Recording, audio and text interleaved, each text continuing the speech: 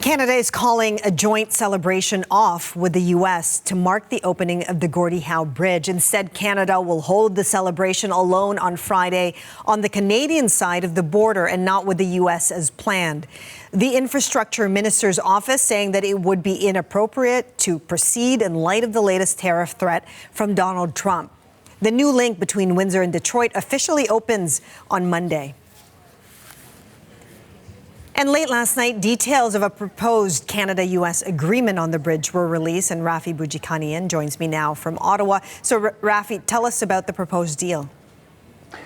Sure, let's talk about that, Chris, but let's rewind a little bit because this story has just been so confusing, right? There was just a couple of weeks ago a delay to the opening of the bridge, flash forward to Monday. Just Monday, 2 days ago, I was listening to the U.S. Ambassador to Canada, Pete Hoekstra, at an event in Edmonton, talk about how he's looking forward to this joint ceremony, that he was going to be there with his U.S. counterpart, with Canada-U.S. Trade Relations Minister Dominic LeBlanc. And then yesterday, as you noted, we get the note from Canada that that joint ceremony is not happening. And it's amidst all this that the Canadian government has decided to publicize the details of the agreement. It says that Canada has indeed agreed to split crossing and bridge-related revenue, net revenue, with the U.S., that Canada has also agreed that it would notify the U.S.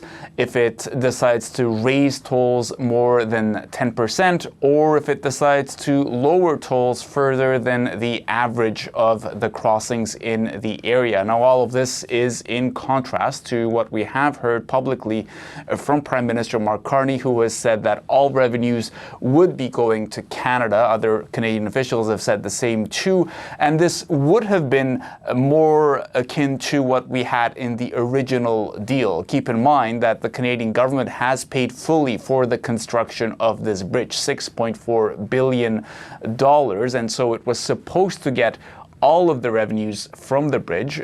We have seen in the last few weeks some leaks here and there of the agreement. Bloomberg notably had details about what was in there, about that split of the net revenue, for instance. There's also been pressure from Conservative leader Pierre Poilievre calling on the government to release the agreement. We've seen NDP MP Heather McPherson do the same, and I don't know if it's because of that kind of pressure that the Canadian government decided to publish the agreement, or someone in the Prime Minister's office said, at this point we should just put it all out there and let Canadians decide whether or not we got the best possible deal. But here we are. Canada will hold its own ceremony on Friday, as you noted, and the bridge is supposed to open to traffic on Monday, though I wouldn't be surprised if people are not holding their breaths until that actually happens at this point. All right, Rafi, thank you so much for that.